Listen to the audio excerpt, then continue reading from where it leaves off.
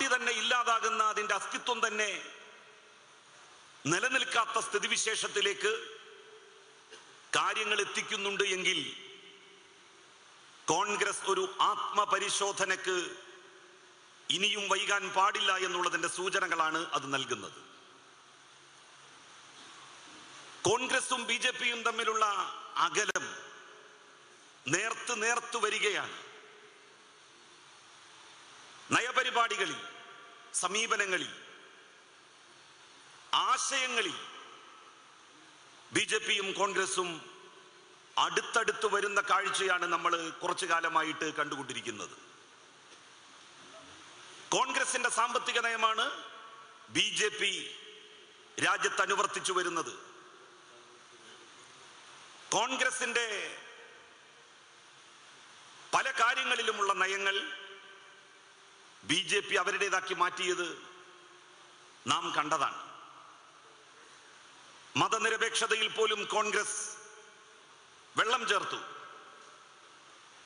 ഓരോ സംസ്ഥാനങ്ങളുടെ പശ്ചാത്തലങ്ങൾക്കനുസരിച്ച് തെരഞ്ഞെടുപ്പ് ജയിക്കാൻ പല കോപ്രായങ്ങളും അവർ കാട്ടിക്കൂട്ടി. തീവ്ര ഹിന്ദുത്വം ബി ജെ പി ഉയർത്തിപ്പിടിച്ചപ്പോൾ കോൺഗ്രസ് അതിനെ നേരിടാൻ മൃദുല ഹിന്ദുത്വത്തിന്റെ പരിവേഷം അണിഞ്ഞുകൊണ്ടാണ് രംഗപ്രവേശം ചെയ്തത്.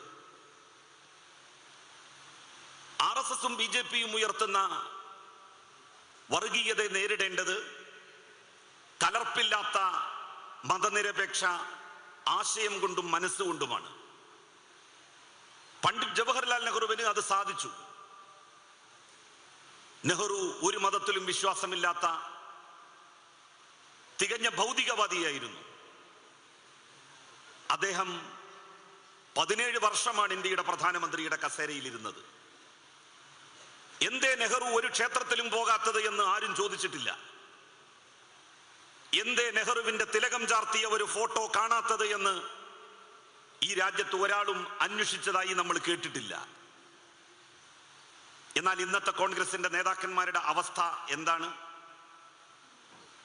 ബി ജെ പിക്കാരെക്കാൾ വലിയ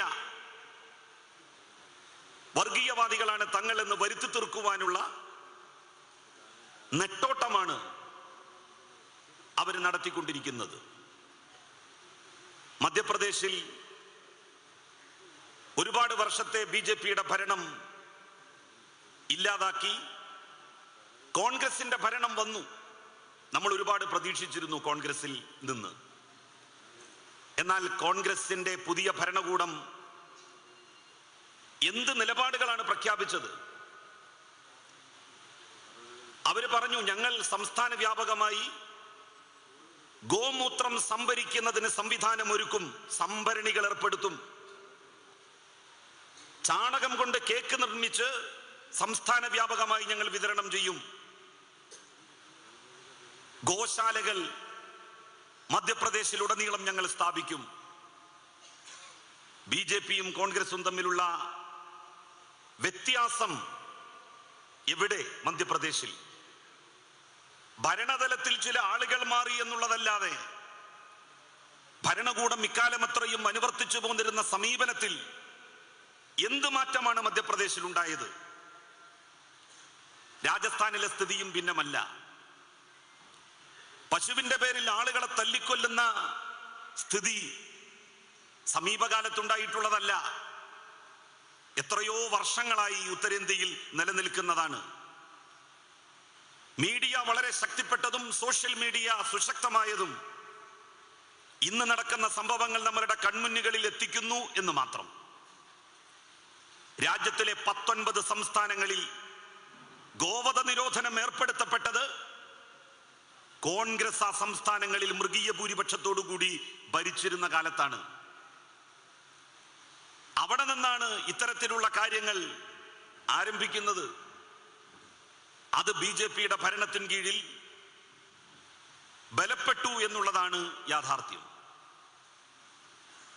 ഇടതുപക്ഷത്തിന്റെ മൂക്കുകയറിൽ, ഇടതുപക്ഷത്തിന്റെ സ്വാധീനത്തിൽ കേന്ദ്രത്തിൽ ഒരു മതേതര സർക്കാർ ഒന്നാം UPA സർക്കാരിന്റെ കാലത്ത് അധികാരത്തിൽ വന്നു. നിങ്ങൾക്ക് ഓർമ്മയുണ്ടാകും ആ തെരഞ്ഞെടുപ്പിന്റെ സാഹചര്യം. എല്ലാവരും ഒറ്റക്കൊറ്റക്ക് മത്സരിച്ചു. വിവിധ സംസ്ഥാനങ്ങളിൽ നിന്ന് പലരെയും തോൽപ്പിച്ച് പലരും ജയിച്ചു വന്നു. ഇടതുപക്ഷത്തിന് ഏതാണ്ട് 62 എംപിമാരുടെ പിന്തുണയുണ്ടായിരുന്നു. സോണിയാഗാന്ധി വിദേശിയാണ്, അവരെ ഒരു കാരണവശാലും പ്രധാനമന്ത്രിയാക്കാൻ പാടില്ല എന്ന് പറഞ്ഞുകൊണ്ടുള്ള വലിയ ക്യാമ്പയിൻ BJP നാട്ടിൽ നടത്തിക്കൊണ്ടിരുന്ന സന്ദർഭം. ആര് മന്ത്രിസഭയുണ്ടാക്കും? ഒരു പാർട്ടിക്കും ഇന്ത്യയുടെ പ്രസിഡന്റിനെ കണ്ട് ഞങ്ങൾ മന്ത്രിസഭയുണ്ടാക്കുമെന്ന് പറയാൻ ധൈര്യമില്ലാതിരുന്ന സന്ദർഭം. ആ ഘട്ടത്തിലാണ് CPIM-ന്റെ അഖിലേന്ത്യാ സെക്രട്ടറി, ഇടതുപക്ഷ മുന്നണിയുടെ സമുന്നതനായിട്ടുള്ള നേതാവ് ഇന്ത്യയുടെ പ്രസിഡന്റിനെ പോയി കാണുന്നതും ഇടതുപക്ഷത്തിന്റെ സ്വാഭാവിക പിന്തുണ BJP വിരുദ്ധ സർക്കാർ ഉണ്ടാക്കുന്നതിന് വേണ്ടി നൽകും എന്ന് ഉറപ്പ് നൽകുന്നതും.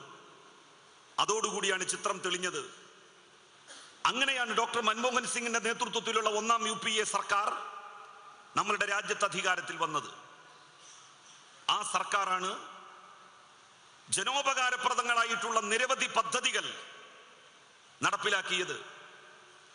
ദേശീയ തൊഴിലുറപ്പ് പദ്ധതി ഇടതുപക്ഷത്തിന്റെ തലച്ചോറിൽ ഉദിച്ച ആശയമായിരുന്നു. ആ ആശയം നടപ്പിലാക്കപ്പെട്ടത് 1ാം UPA സർക്കാരിന്റെ കാലത്താണ്. 2ാം UPA ഗവൺമെന്റ് പൊതുമേഖലാ സ്ഥാപനങ്ങൾ വിറ്റഴിക്കാൻ വേണ്ടി തീരുമാനിച്ചു.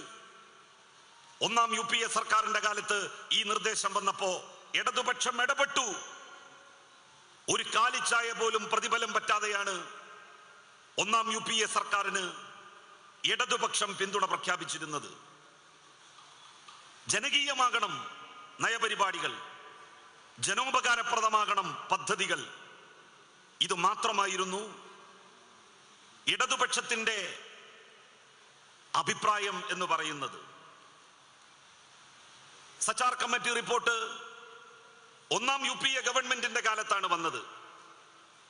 കോൺഗ്രസിന് 2/3 ഭൂരിപക്ഷം കിട്ടിയ കാലത്ത് പോലും ഇന്ത്യയിലെ മതന്യൂനപക്ഷങ്ങളുടെ പ്രശ്നങ്ങളിൽ, ഇന്ത്യയിൽ ഏറ്റവും അധികം പ്രയാസം അനുഭവിക്കുന്ന മുസ്ലിം ജനവിഭാഗത്തിന്റെ പ്രയാസങ്ങളിൽ ഇടപെടുന്നതിന് കോൺഗ്രസ് തയ്യാറായിരുന്നില്ല. മുസ്ലിം പിന്നോക്കാവസ്ഥ പഠിക്കുന്നതിന് വേണ്ടി, അതിന് പരിഹാരം നിർദ്ദേശിക്കുന്നതിന് വേണ്ടി രാജ്യത്താദ്യമായി ഒരു കമ്മീഷനെ നിയോഗിച്ചത് ഇടതുപക്ഷത്തിന് സ്വാധീനമുണ്ടായിരുന്ന, ഇടതുപക്ഷത്തിന്റെ മൂക്കുകയറിൽ മതേതര പാർട്ടികൾ കോൺഗ്രസിന്റെ നേതൃത്വത്തിൽ ഭരണം നടത്തിയിരുന്ന 1ാം UPA സർക്കാരിന്റെ കാലത്താണ്. അങ്ങനെ അതുവരെ കാണാത്ത പല പദ്ധതികൾക്കും 1ാം UPA സർക്കാർ നേതൃത്വം നൽകി. ഇനിയും രാജ്യത്തൊരു മതേതര ഗവൺമെന്റ് അധികാരത്തിൽ വരുന്നു എങ്കിൽ അത് ഇടതുപക്ഷത്തിന്റെ സ്വാധീനത്തിലും മൂക്കുകയറിലുമാകണം. നമ്മളുടെ സംസ്ഥാനത്ത് നിന്ന് 20 ആളുകൾ ഇടതുപക്ഷത്തിൻ്റെത് തെരഞ്ഞെടുക്കപ്പെട്ടു പോയാൽ മതേതരത്വം സംരക്ഷിക്കുവാനുള്ള ഏറ്റവും വലിയ ഗ്യാരണ്ടി അത് തന്നെയാകും. നമ്മൾ ആരെയാണ് BJP-യെ മാറ്റി നിർത്താൻ വേണ്ടി ആശ്രയിക്കുന്നത്? കോൺഗ്രസിനെ, മുസ്ലിം ലീഗിനെ. അവർ ഇക്കാലം അത്രയും അവരുടെ ജോലി ചെയ്തോ? ഇന്ത്യയുടെ വൈസ് പ്രസിഡന്റായി വെങ്കയ്യ നായിഡു മത്സരിച്ച സന്ദർഭത്തിൽ അദ്ദേഹത്തിനെതിരായി, ഫാഷിസ്റ്റുകൾക്കെതിരായി ഒരു വോട്ട് രേഖപ്പെടുത്താൻ മുസ്ലിം ലീഗിന്റെ അംഗത്തിന് ഫ്ലൈറ്റ് വൈകുന്ന സ്ഥിതി ഉണ്ടായി. മലപ്പുറത്ത് നിന്ന് ഉപതെരഞ്ഞെടുപ്പിൽ അധികാരത്തിൽ വന്ന MP-യായ ശ്രീ PK കുഞ്ഞാലിക്കുട്ടി വോട്ട് ചെയ്തില്ല. ലീഗിന്റെ രാജ്യസഭാംഗം PV അബ്ദുൽ വഹാബ് കുഞ്ഞാലിക്കുട്ടിയോടൊപ്പം ഫ്ലൈറ്റ് വൈകി വോട്ടെടുപ്പിൽ പങ്കെടുക്കാൻ എത്തിയില്ല. കുഞ്ഞാലിക്കുട്ടി PV അബ്ദുൽ വഹാബിനെ തന്റെ പേര് മാത്രം ചീത്തയാകണ്ട എന്ന് കരുതി കൂടെ കൂട്ടിയതാണ് എന്ന് അന്ന് തന്നെ സംശയം പലരും പങ്കുവച്ചിരുന്നു. സത്യം അത് തന്നെയായിരുന്നു. വെങ്കയ്യ നായിഡുവിനെതിരായി ഞാൻ മാത്രം വോട്ട് ചെയ്തില്ല എന്നുള്ള ഒരു അഭിപ്രായം, ഒരു ദുരഭിപ്രായം ലീഗ് അണികൾക്കിടയിൽ ഉണ്ടാവേണ്ട. എങ്കിൽ ആ ദുരഭിപ്രായം വഹാബ് കൂടി പങ്കെടുക്കട്ടെ എന്ന് തീരുമാനിച്ചുറച്ചാണ് അദ്ദേഹത്തെ കൂടി വെങ്കയ്യ നായിഡുവിനെ വോട്ട് ചെയ്യുന്നതിൽ നിന്ന് കുഞ്ഞാലിക്കുട്ടി ബോധപൂർവം മാറ്റി നിർത്തിയത് എന്നുള്ളത് ലീഗിൽ അക്കാലത്ത് സജീവ ചർച്ചാ വിഷയമായതാണ്. മുത്തലാഖ് ബില്ലിന്റെ ചർച്ചാവേളയിൽ കുഞ്ഞാലിക്കുട്ടി പങ്കെടുത്തില്ല. വോട്ടിങ്ങിൽ നിന്ന് അദ്ദേഹവും മാറി നിന്നു. എന്താണ് ഈ മുത്തലാഖ് ബില്ല്? 3 പ്രാവശ്യം ചൊല്ലേണ്ട തലാഖ് ഒറ്റത്തവണ ചൊല്ലുന്നു എന്നത് നിരോധിക്കാൻ വേണ്ടിയിട്ടുള്ളതല്ല മുത്തലാഖ് ബില്ല്. വിവാഹമോചനം നടത്തുന്ന മുസ്ലിം പുരുഷന്മാരെ 3 കൊല്ലം തടവിലടക്കുവാനുള്ള കിരാതമായിട്ടുള്ള നിയമമായിരുന്നു അത്. എന്നാൽ വിവാഹമോചനം നടത്തുന്ന മറ്റു മതസമുദായങ്ങളിലെ പുരുഷന്മാർക്കൊന്നും ഇത് ബാധകമാക്കിയുമില്ല. CPIM-ന്റെ അഖിലേന്ത്യാ സെക്രട്ടറി സിത്താറാം യെച്ചൂരിയാണ് വളരെ ശക്തമായിട്ടുള്ള അഭിപ്രായത്തിലൂടെ ഇന്ത്യയുടെ പൊതുബോധത്തെ അതിലേക്ക് കൊണ്ടുവന്നത്. Single talaq or triple talaq, what ever it may be, it means divorce. 1 തലാഖാകട്ടെ 3 തലാഖാവട്ടെ, അതിന്റെ ആത്യന്തികമായ അർത്ഥം വിവാഹമോചനമാണ്. വിവാഹമോചനം ഒരു മുസ്ലിം പുരുഷൻ നടത്തിയാൽ അത് ക്രിമിനൽ കുറ്റവും മറ്റു മതസമുദായങ്ങളിലെ പുരുഷന്മാർ നടത്തിയാൽ അത് ഒരു സിവിൽ കേസും ആയി മാറുന്നത് എങ്ങനെയാണ്? അതിന്റെ ഗുട്ടൻസ് എന്താണ്? മുസ്ലിം പുരുഷന്മാരെ മുഴുവൻ പ്രയാസപ്പെടുത്തുന്ന സ്ഥിതി ഉത്തരേന്ത്യയിൽ BJP-യുടെ നേതൃത്വത്തിൽ നടന്നു വരികയായിരുന്നു. BJP-യുടെ നേതൃത്വത്തിൽ നടന്നു വരുന്ന ആ ഘട്ടത്തിലാണ് ഇത്തരത്തിലുള്ള ഒരു നിയമവും കൂടി നമ്മളുടെ രാജ്യത്ത് നടപ്പിലാക്കാൻ ഇങ്ങനെ ഒരു നിയമനിർമ്മാണം ഇന്ത്യയുടെ പാർലമെന്റിൽ നടന്നത്. ആ സന്ദർഭത്തിൽ ഏറ്റവും അധികം അതിനെതിരായി പൊട്ടിത്തെറിക്കേണ്ടിയിരുന്നത് മുസ്ലിം ലീഗിന്റെ അംഗങ്ങളായിരുന്നു. ആകെ 2 അംഗങ്ങളാണ് മുസ്ലിം ലീഗിനുണ്ടായിരുന്നത്. ബഹുമാന്യനായിട്ടുള്ള നമ്മളുടെ സ്ഥാനാർത്ഥി PV അൻവർ നമ്മളുടെ ഈ സ്റ്റേജിലേക്ക് കടന്നു വന്നുകൊണ്ടിരിക്കുകയാണ്.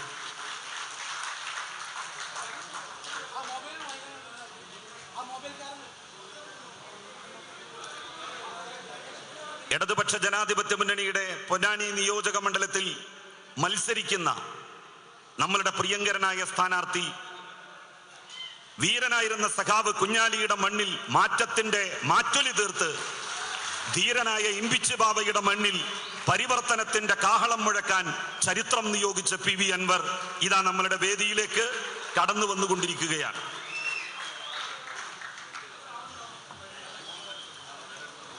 ഞാൻ പറഞ്ഞുകൊണ്ടുവരുന്നത്, മുത്തലാഖ് ബില്ലിന്റെ പ്രശ്നത്തിൽ മുസ്ലിം ലീഗ് ആത്മാർത്ഥത കാണിച്ചില്ല. 11 ആളുകളാണ് മുത്തലാഖ് ബില്ലിനെതിരായി ഇന്ത്യയുടെ പാർലമെന്റിൽ വോട്ട് ചെയ്തത്. അതിൽ 8 പേർ CPIM-ന്റെ അംഗങ്ങളായിരുന്നു, ഇടതുപക്ഷത്തിന്റെ അംഗങ്ങളായിരുന്നു. ഒരാൾ മുസ്ലിം ലീഗുകാരൻ, കേരളത്തിൽ നിന്നുള്ള ഒരു UDF-ന്റെ MP, ഹൈദരാബാദിൽ നിന്നുള്ള അസറുദ്ദീൻ ഉവൈസി. ഈ 11 പേരാണ് മുത്തലാഖ് ബില്ലിനെതിരായി ഇന്ത്യയുടെ പാർലമെന്റിൽ വോട്ട് ചെയ്തത്. PK കുഞ്ഞാലിക്കുട്ടിയെ വോട്ട് ചെയ്യാൻ നമ്മൾ കണ്ടില്ല. സ്വാതന്ത്ര്യാനന്തര ചരിത്രത്തിൽ ഇന്ത്യൻ പാർലമെന്റിൽ ഇങ്ങനെ ഒരു കിരാതമായ നിയമം ന്യൂനപക്ഷങ്ങൾക്കെതിരായി, മുസ്ലിങ്ങൾക്കെതിരായി കൊണ്ടുവരപ്പെട്ട ഘട്ടത്തിൽ അതിനെ പല്ലും നഖവും ഉപയോഗിച്ച് എതിർക്കാൻ ബാധ്യതപ്പെട്ട മുസ്ലിം ലീഗിന്റെ അംഗങ്ങൾ എത്ര വലിയ നിസ്സംഗതയാണ് കാണിച്ചത്. ഈ അഹമ്മദ് സാഹിബ് മരണപ്പെട്ട് അദ്ദേഹത്തിന്റെ ഒഴിവിൽ PK കുഞ്ഞാലിക്കുട്ടിയെ പാർലമെന്റിലേക്ക് മത്സരിപ്പിക്കാൻ വേണ്ടി തീരുമാനിച്ചപ്പോ എന്തായിരുന്നു ലീഗിന്റെ നേതൃത്വം പറഞ്ഞത്? ബഹുമാന്യനായ പാണക്കാട് തങ്ങൾ പറഞ്ഞു, മുസ്ലിം ലീഗിന് വേണ്ടി ദേശീയ രാഷ്ട്രീയത്തിൽ സെന്റർ ഫോർവേഡ് കളിക്കാൻ വേണ്ടിയിട്ടാണ് കുഞ്ഞാലിക്കുട്ടിയെ പറഞ്ഞയക്കുന്നത്. ബഹുമാന്യനായ തങ്ങളെ, ഇങ്ങനെയുള്ള ആളുകളെ സെന്റർ ഫോർവേഡ് കളിക്കാൻ പറഞ്ഞയച്ചാൽ ടീം എപ്പ തോറ്റ് തുന്നം പാടി എന്ന് ചോദിച്ചാൽ മതി, എന്ന് നോക്കിയാൽ മതി. ഒരു സ്റ്റാൻഡ് ബൈ ആയിട്ട് നിൽക്കാനുള്ള യോഗ്യത പോലും ഇല്ലാത്തവരെയാണ് സെന്റർ ഫോർവേഡ് കളിക്കാൻ വേണ്ടി ലീഗ് നിയോഗിച്ചത്. എന്താ അസംബന്ധമാണിത്? എത്ര വലിയ വഞ്ചനയാണ് മുസ്ലിം സമൂഹത്തോട്, ന്യൂനപക്ഷ ജനവിഭാഗങ്ങളോട് മുസ്ലിം ലീഗിന്റെ പാർലമെന്ററി പാർട്ടി ലീഡർ കാണിച്ചത്. അദ്ദേഹം ഇവിടെ ഏതോ കല്യാണത്തിന് കറങ്ങിത്തിരിഞ്ഞ് നടക്കുകയായിരുന്നു. ലീഗ് 3 സീറ്റ് വേണമെന്ന് കോൺഗ്രസിനോട് ശഠിച്ചാവശ്യപ്പെട്ടു. നമ്മളൊക്കെ കരുതി BJP എങ്ങാനും രണ്ടാമതും അധികാരത്തിൽ വന്നാൽ അന്ന് ന്യൂനപക്ഷ ജനവിഭാഗത്തിന് വേണ്ടി പാർലമെന്റിൽ പൊരുതാൻ 3-മതൊരാൾ കൂടി വേണം, അതുറപ്പിക്കാനാണ് ലീഗ് 3-മത്തെ സീറ്റ് ആവശ്യപ്പെടുന്നത് എന്ന്. ലീഗിന്റെ നേതാക്കന്മാര് പരസ്പരം അടക്കം പറഞ്ഞ് അങ്ങോട്ടും ഇങ്ങോട്ടും അഭിപ്രായങ്ങൾ പങ്കിട്ടപ്പോൾ അവര് തന്നെ പങ്കുവെച്ചത് 2 MP-മാരെ കൊണ്ട് കല്യാണങ്ങൾക്ക് കൂടിയിട്ട് കൂടുന്നില്ല, അതുകൊണ്ട് 3-മതൊരു MP കൂടി കല്യാണം കൂടാൻ വേണം എന്നുള്ളതാണ്. ഈ ഒരു അവസ്ഥയിൽ എന്തിന് മുസ്ലിം ലീഗിന് MP-മാരെ നമ്മൾ നൽകുന്നു? ലീഗുകാര് കല്യാണം കൂടി മലപ്പുറത്ത് നിൽക്കട്ടെ, അതിന് അവരോട് സ്നേഹമുള്ളവർ അവരെ പരാജയപ്പെടുത്തുകയും കാര്യങ്ങൾ ചെയ്യാൻ ഇടതുപക്ഷ ജനാധിപത്യ മുന്നണിയുടെ സ്ഥാനാർത്ഥികളെ ഇന്ത്യയുടെ പാർലമെന്റിലേക്ക് അയക്കുകയുമാണ് വേണ്ടത്. ഇന്ത്യയുടെ പാർലമെന്റിൽ ബഹുമാന്യനായിട്ടുള്ള ഇടതുപക്ഷ ജനാധിപത്യ മുന്നണിയുടെ പടനായകന്മാരിൽ ഒരാളായിട്ടുള്ള സഖാവ് കോടിയേരി ബാലകൃഷ്ണൻ നമ്മളുടെ ഈ സമ്മേളനം ഉദ്ഘാടനം ചെയ്യുന്നതിന് വേണ്ടി ഈ വേദിയിലേക്ക് കടന്നു വന്നുകൊണ്ടിരിക്കുകയാണ്.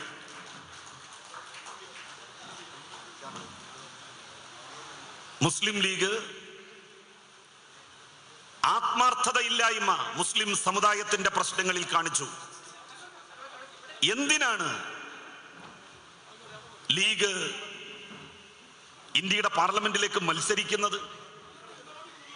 അവർ കേരളത്തിൽ മാത്രം നിൽക്കട്ടെ.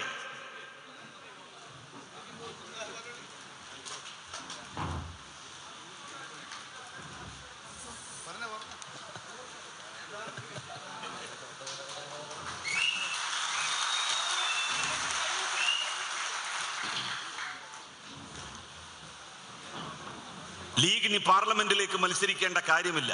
കാരണം പാർലമെന്റിൽ മുസ്ലിം ലീഗിന് ഒന്നും ചെയ്യാനില്ല എന്ന് ലീഗിന്റെ അംഗങ്ങൾ ഇതിനകം തെളിയിച്ച് കഴിഞ്ഞിരിക്കുകയാണ്. എന്തായിരുന്നു മുസ്ലിം ലീഗിന്റെ ചില കാര്യങ്ങളിലെ നിലപാട്? നമുക്കറിയാം, നമ്മുടെ നാട്ടിൽ മുന്നോക്ക സമുദായക്കാരുണ്ട്. ആ മുന്നോക്ക സമുദായത്തിലെ സാമ്പത്തികമായി പിന്നോക്കം നിൽക്കുന്നവർക്ക് കോളേജുകളിൽ, സർവകലാശാലകളിൽ, ഗവേഷണ സ്ഥാപനങ്ങളിൽ 10% സംവരണം ഏർപ്പെടുത്താൻ വേണ്ടി രാജ്യത്തിന്റെ പാർലമെന്റിൽ ഒരു ബില്ല് കൊണ്ടുവന്നപ്പോ ആ ബില്ലിനെതിരായി വോട്ട് ചെയ്തവരാണ് മുസ്ലിം ലീഗുകാർ. ആ മുസ്ലിം ലീഗിന് എങ്ങനെയാണ് ഈ നാട്ടിലെ ദരിദ്രന്മാരും പാവപ്പെട്ടവരുമായിട്ടുള്ള ജനങ്ങളെ അഭിമുഖീകരിക്കുവാൻ വേണ്ടി കഴിയുക? മറ്റേതെങ്കിലും പിന്നോക്ക സമുദായങ്ങളുടെ സംവരണ വിഭാഗങ്ങളുടെ അവകാശം തട്ടിയെടുത്തുകൊണ്ടാണ് ഇത് നൽകുന്നത് എങ്കിൽ എതിർപ്പിന് അങ്ങനെ ഒരു ന്യായമെങ്കിലും പറയാമായിരുന്നു. മുന്നോക്ക സമുദായത്തിലെ പിന്നോക്ക വിഭാഗത്തിൽപ്പെടുന്നവർക്ക്, ദരിദ്രരായിട്ടുള്ളവർക്ക് ഒരാനുകൂല്യം കിട്ടുമ്പോ ലീഗ് അതിനെ എന്തിനാണ് എതിർത്തത്? ഈ നാട്ടിലെ വോട്ടർമാരോട് ലീഗ് അത് പറയാൻ ബാധ്യതപ്പെട്ട പാർട്ടിയാണ്. അത് പറയേണ്ടി വരും ഈ തെരഞ്ഞെടുപ്പിൽ മുസ്ലിം ലീഗിന്. എന്തിനാണ് മുസ്ലിം ലീഗിന്റെ ഒരു MLA ഹൈക്കോടതി 2 പ്രാവശ്യം അയോഗ്യനാക്കിയത്? ഇവിടെ ഏറെയൊന്നും ചർച്ച ചെയ്യപ്പെട്ടില്ല. അതിന്റെ കാരണം എന്തേ? അത് ചർച്ച ചെയ്യാൻ ബാധ്യതപ്പെട്ടവർ അത് പൊതുസമൂഹത്തിൽ ചർച്ചക്ക് വിധേയമാക്കിയില്ല. എന്തായിരുന്നു ഹൈക്കോടതി അത്തരത്തിലുള്ള ഒരു വിധി പുറപ്പെടുവിക്കുന്നതിലേക്ക് നയിച്ചത്? അവിടെ വിതരണം ചെയ്യപ്പെട്ട ഒരു നോട്ടീസ്, ആ നോട്ടീസിലെ വാചകങ്ങളാണ് അങ്ങനെ ഒരു വിധി ഹൈക്കോടതി പുറപ്പെടുവിക്കുന്നതിലേക്ക് നയിച്ചത്. സാധാരണ ഒരു തെരഞ്ഞെടുപ്പ് കേസായിരുന്നില്ല അഴീക്കോട്ടെ ലീഗിന്റെ MLA KM ഷാജിയുടെ തെരഞ്ഞെടുപ്പ് അസാധുവാക്കിക്കൊണ്ട് ഹൈക്കോടതി നടത്തിയിട്ടുള്ള വിധി. കാരാട്ട് റസാഖിന്റെ തെരഞ്ഞെടുപ്പ് റദ്ദാക്കി ഇടതുപക്ഷത്തിന്റെ MLA ആണ്. സാധാരണ ഒരു തെരഞ്ഞെടുപ്പ് കേസ്, എതിർ സ്ഥാനാർത്ഥിയെ വ്യക്തിഹത്യ നടത്തി എന്ന് പറഞ്ഞുകൊണ്ടുള്ള ഒരു കേസാണ് കാരാട്ട് റസാഖിന്റെ നിയമസഭാംഗത്വം റദ്ദാക്കുന്നതിന് ഹേതുവായതെങ്കിൽ മുസ്ലിം ലീഗിന്റെ അഴീക്കോട്ടെ മെമ്പർ KM ഷാജിയുടെ തെരഞ്ഞെടുപ്പ് കേസ് 2 തവണ ഹൈക്കോടതി റദ്ദാക്കിയതും 6 വർഷം മത്സരിക്കാൻ പാടില്ല എന്ന് തീരുമാനിച്ചതും എന്തിന്റെ വെളിച്ചത്തിലാണ്? ഈ നോട്ടീസിന്റെ വെളിച്ചത്തിലാണ്. അഴീക്കോട് നിയോജക മണ്ഡലത്തിൽ വ്യാപകമായി വിതരണം ചെയ്ത ഈ നോട്ടീസിൽ പറഞ്ഞ കാര്യങ്ങൾ എന്താണ്? ഈ നോട്ടീസിൽ പറഞ്ഞിരിക്കുന്നത്, ലീഗ് കുറച്ചു കാലമായി 2 നോട്ടീസ് അടിച്ചു വെക്കും. എല്ലാ വീടുകളിലും കൊടുക്കാനുള്ള ഒരു നോട്ടീസ്, തെരഞ്ഞെടുപ്പിൽ പരാജയം മണത്തു തുടങ്ങിയാൽ രണ്ടാമതൊരു നോട്ടീസും അവർ തയ്യാറാക്കി വെച്ചിരിക്കും, മുസ്ലിങ്ങളുടെ വീടുകളിൽ മാത്രം കൊടുക്കാൻ. അങ്ങനെ മുസ്ലിം വീടുകളിൽ അഴീക്കോട് നിയോജക മണ്ഡലത്തിലെ ഏതാണ്ട് 37% വരുന്ന മുസ്ലിം വീടുകളിൽ കൊടുക്കാൻ വേണ്ടി മാത്രം അവര് അടിച്ചിറക്കിയ നോട്ടീസാണ് തെരഞ്ഞെടുപ്പ് ഉദ്യോഗസ്ഥന്മാർ കയ്യോടെ പിടികൂടിയത്. ആ നോട്ടീസ് ആരംഭിക്കുന്നത് ഇങ്ങനെയാണ്: അസ്സലാമു അലൈക്കും വറഹ്മത്തുള്ളാഹി വബറകാതുഹു. ബിസ്മില്ലാഹിർ റഹ്മാനിർ റഹീം. കാരുണ്യവാനായ അള്ളാഹുവിന്റെ അടുക്കൽ അമുസ്ലിങ്ങൾക്ക്, മുസ്ലിങ്ങളല്ലാത്തവർക്ക് സ്ഥാനമില്ല. അന്ത്യനാളിൽ അവർ സിറാത്തിന്റെ പാലം ഒരിക്കലും കടക്കുകയില്ല. അവർ ചെകുത്താന്റെ കൂടെ അന്തി ഉറങ്ങേണ്ടവരാണ്. 5 നേരം നമസ്കരിച്ച് നമുക്ക് വേണ്ടി കാവൽ തേടുന്ന ഒരു മുഅ്മിനായ വിശ്വാസിയായ K മുഹമ്മദ് ഷാജി എന്ന KM ഷാജിയെ വിജയിപ്പിക്കാൻ എല്ലാ മുഅ്മിനുകളും അള്ളാഹുവിനോട് പ്രാർത്ഥിക്കുക. KM ഷാജിയെ ഏണി അടയാളത്തിൽ വോട്ടുകൾ രേഖപ്പെടുത്തി വിജയിപ്പിക്കുക. ഇത് തെരഞ്ഞെടുപ്പ് ഉദ്യോഗസ്ഥന്മാർ കയ്യോടെ പിടികൂടി. ഇത് ഇടതുപക്ഷത്തിന്റെ സ്ഥാനാർത്ഥി നികേഷ് കുമാറിനെതിരായി ഉപയോഗിച്ച വാചകങ്ങളാണ്. സിറാത്ത് പാലം കടക്കാത്തവരുടെ വോട്ട് പൊന്നാനിയിലും മലപ്പുറത്തും ലീഗിന് വേണോ വേണ്ടേ? അതിനുത്തരം പറഞ്ഞല്ലാതെ ലീഗിന് ഈ തെരഞ്ഞെടുപ്പിന്റെ പാലം കടക്കാൻ കഴിയില്ല. സിറാത്ത് പാലം കടക്കാത്തവരുടെ വോട്ട് ലീഗിന് വേണോ വേണ്ടേ? എടോ, നിങ്ങൾ ഈ നോട്ടീസിൽ പറഞ്ഞതനുസരിച്ചാണെങ്കിൽ ഈ നാട്ടിലെ മുസ്ലിങ്ങളല്ലാത്തവരുടെ വീടുകളിൽ നിങ്ങളുടെ പ്രവർത്തകന്മാർ വോട്ടും തേടി ചെന്നാൽ അവര് നിങ്ങളോട് ചോദിക്കും, അല്ല ഞങ്ങൾ സിറാത്ത് പാലം കടക്കുവോ? സിറാത്ത് പാലം കടക്കാത്ത ഞങ്ങളുടെ വോട്ട് എന്തിനാണ് നിങ്ങൾക്ക് എന്ന് ചോദിച്ചാൽ നിങ്ങളുടെ മറുപടി എന്താകും? ഞാൻ പറഞ്ഞതല്ല ഇത്. കേരളത്തിന്റെ ഹൈക്കോടതി 2 തവണ മുസ്ലിം ലീഗിന്റെ അംഗം KM ഷാജിയുടെ നിയമസഭാംഗത്വം റദ്ദാക്കുകയും 6 കൊല്ലം മത്സരിക്കാൻ തന്നെ പാടില്ല എന്ന് തീരുമാനിക്കുകയും ചെയ്ത താൽക്കാലിക സ്റ്റേ അതിന് കിട്ടി എന്നുള്ളതല്ലാതെ ഇപ്പോഴും ആ വിധിയുടെ അന്തസ്സത്ത നിലനിൽക്കുന്നു. ഇടതുപക്ഷത്തിന്റെ സ്ഥാനാർത്ഥിയായി PV അൻവർ മത്സരിക്കുകയാണ്. ഈ നാട്ടിലെല്ലാവർക്കും ഒരു പൊതു സ്വഭാവമുണ്ട്. ഇടതുപക്ഷത്തേക്ക് വരുന്ന ആളുകൾ അവര് മോശക്കാർ, അവര് കൊള്ളരുതാത്തവർ. മഞ്ഞളാംകുഴി അലി ഇടതുപക്ഷത്തിന്റെ MLA ആയിരുന്ന കാലത്ത് അലി വലിയ മുതലാളിയായിരുന്നു. ഇവിടത്തെ വലതുപക്ഷ മാധ്യമങ്ങൾക്കും വലതുപക്ഷ പാർട്ടികൾക്കും. അലി ഇടതുപക്ഷത്ത് നിന്ന് ചേരി മാറി ലീഗിന്റെ ലേബലിൽ MLA ആയി, മന്ത്രിയായി. അപ്പൊ പറഞ്ഞു പാവം പാവം മഞ്ഞളാംകുഴി അലി. തൊഴിലാളിയാണ് മഞ്ഞളാംകുഴി അലി. ഇടതുപക്ഷത്താകുമ്പോൾ മഞ്ഞളാംകുഴി അലി മുതലാളി, വലതുപക്ഷത്താകുമ്പോൾ മഞ്ഞളാംകുഴി അലി തൊഴിലാളി. PV അബ്ദുൽ വഹാബ് കൈരളിയുടെ ഡയറക്ടറായിരുന്നപ്പോ ധനാഢ്യൻ, സമ്പന്നൻ, പ്രവാസി മുതലാളി. അതേ PV അബ്ദുൽ വഹാബ് മുസ്ലിം ലീഗിന്റെ രാജ്യസഭാംഗമായി മാറിയപ്പോ വെറും ഒരു ഫക്കീർ, വെറും ഒരു ഫക്കീർ. ജോയ്സ് ജോർജ് MP കോൺഗ്രസിലായിരുന്നപ്പോ ലക്ഷണമൊത്ത ഒരു കർഷകൻ. എന്തൊരു നല്ല മനുഷ്യൻ. ജോയ്സ് ജോർജ് അഭിപ്രായ വ്യത്യാസത്തെ തുടർന്ന് ഇടതുപക്ഷത്തേക്ക് വന്നപ്പോ ജോയ്സ് ജോർജ് കയ്യേറ്റക്കാരൻ, ഭൂമാഫിയയുടെ വക്താവ്. PV അൻവറിനെ കുറിച്ച് എന്തൊക്കെ തോന്നിവാസമാണ് ഇവിടെ ചില ആളുകൾ പ്രചരിപ്പിക്കുന്നത്. PV അൻവർ ബിസിനസ് തുടങ്ങിയത്, PV അൻവറിന് സമ്പത്തുണ്ടായത് PV അൻവർ MLA ആയതിനു ശേഷമല്ല. കോൺഗ്രസിലെ ചില ആളുകളും ലീഗിന്റെ ആളുകളും ചോദിക്കുന്നുണ്ടല്ലോ, ഏതാണ് ഈ അൻവർ, അൻവറിന്റെ പാരമ്പര്യം എന്താണ് എന്ന്.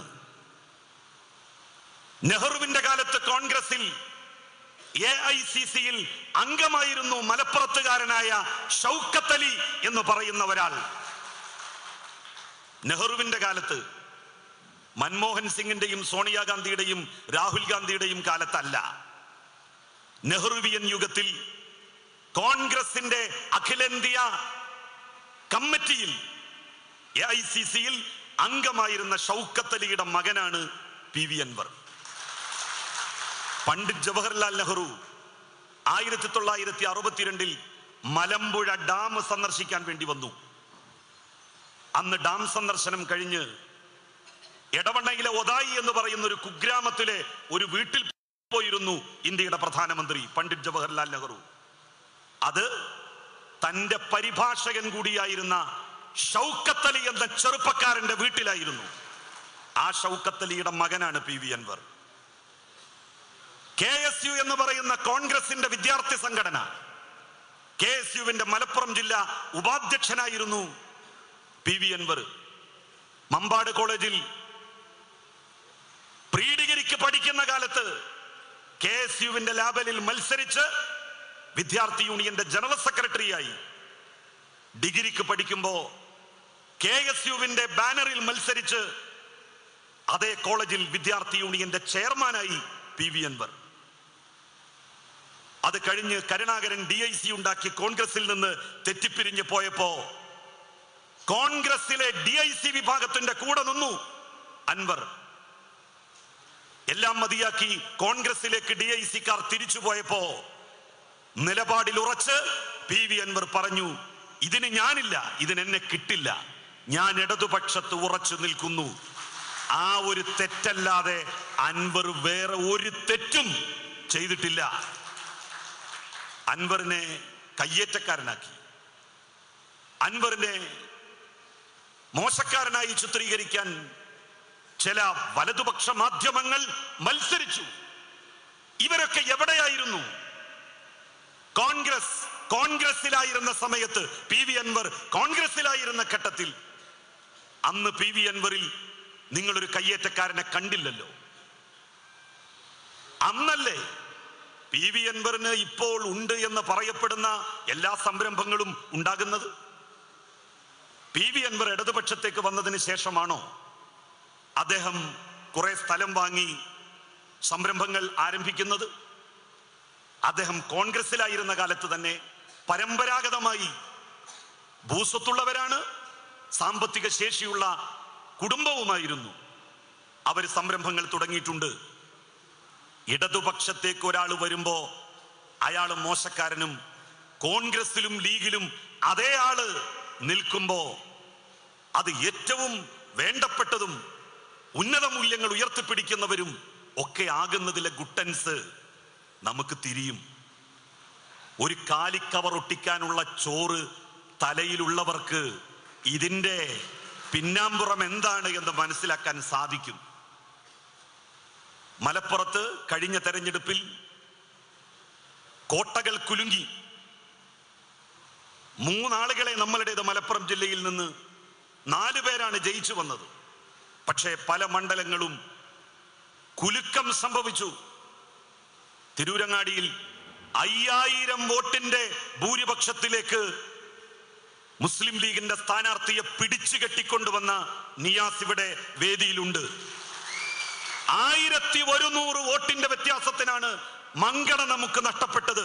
അഡ്വക്കേറ്റ് റഷീദ് അലി എന്ന് പറയുന്ന ചെറുപ്പക്കാരൻ പിടിച്ചു കുലുക്കിയില്ലേ ലീഗിന്റെ കോട്ട. മഞ്ഞളാംകുഴി അലി 500 വോട്ടുകൾക്കാണ് തടി തപ്പി കഷ്ടിച്ച് ജയിച്ചു കയറിയത്. തിരൂരിൽ 5000 വോട്ടിലേക്ക് 27000 വോട്ടിന്റെ ലീഡ് കൊണ്ടുവന്നില്ലേ ലില്ലി ഗഫൂർ. ഈ ജില്ലയിൽ മാറ്റത്തിന്റെ കൊണ്ടോട്ടിയിൽ 30000 വോട്ടിന് ജയിച്ചിരുന്നത് 10000 വോട്ട് കഷ്ടിയാണ് ജയിച്ചു കയറിയത്. ഇതൊക്കെ എന്തുകൊണ്ട് സംഭവിച്ചു? ഇടതുപക്ഷത്തിന് ഈ ജില്ലയിൽ വേരോട്ടമുണ്ടാകുന്നു. എല്ലാ വിഭാഗം ജനങ്ങളും ഇടതുപക്ഷത്തിലേക്ക് വരുന്നു. അത് തടുത്തു നിർത്തണം, അതിനെ പ്രതിരോധിക്കണം. അതിന് കള്ളപ്രചരണങ്ങൾ, ദുഷ്പ്രചരണങ്ങൾ അഴിച്ചുവിടുന്നു. വ്യക്തികൾക്കെതിരായി ഇടതുപക്ഷത്ത് നിൽക്കുന്നു എന്നുള്ളതാണ് നിങ്ങളുടെ വിരോധത്തിന്റെ കാരണമെങ്കിൽ ആ വിരോധവും കൊണ്ട് നിങ്ങളും മരിക്കുക എന്നല്ലാതെ മറ്റൊന്നും ഞങ്ങൾക്കെതിരായി ഉണ്ടാകില്ല എന്ന് നിങ്ങൾ മനസ്സിലാക്കിക്കൊള്ളുക. ഞാൻ എൻ്റെ വാക്കുകൾ ദീർഘിപ്പിക്കുന്നില്ല.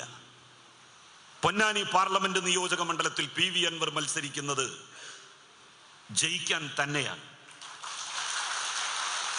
നിലമ്പൂരിൽ ഒരിക്കലും ജയിക്കില്ല എന്ന് പലരും പറഞ്ഞയിടത്ത്, വിശ്വസിച്ചിടത്ത്, ആവനാഴിയിൽ അവസാന അസ്ത്രവും എടുത്ത് പ്രയോഗിച്ച പെരുന്തച്ഛന്റെ നാട്ടിൽ അതിനെയെല്ലാം അതിജീവിച്ച് ജയിച്ചു കയറാൻ PV അൻവറിന് സാധിച്ചിട്ടുണ്ടെങ്കിൽ പൊന്നാനിയുടെ കടല് ഭേദിച്ച് അക്കരെ കടക്കാൻ അൻവറിന് കഴിയും എന്ന് മെയ് 23-ാം തീയതി വോട്ടെണ്ണി കഴിയുമ്പോ നമുക്ക് ബോധ്യമാകും.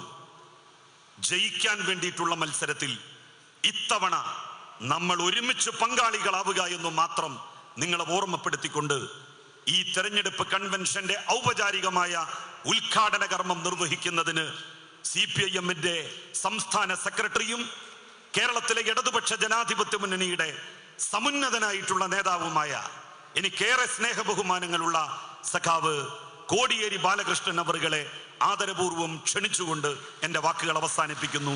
നന്ദി, നമസ്കാരം.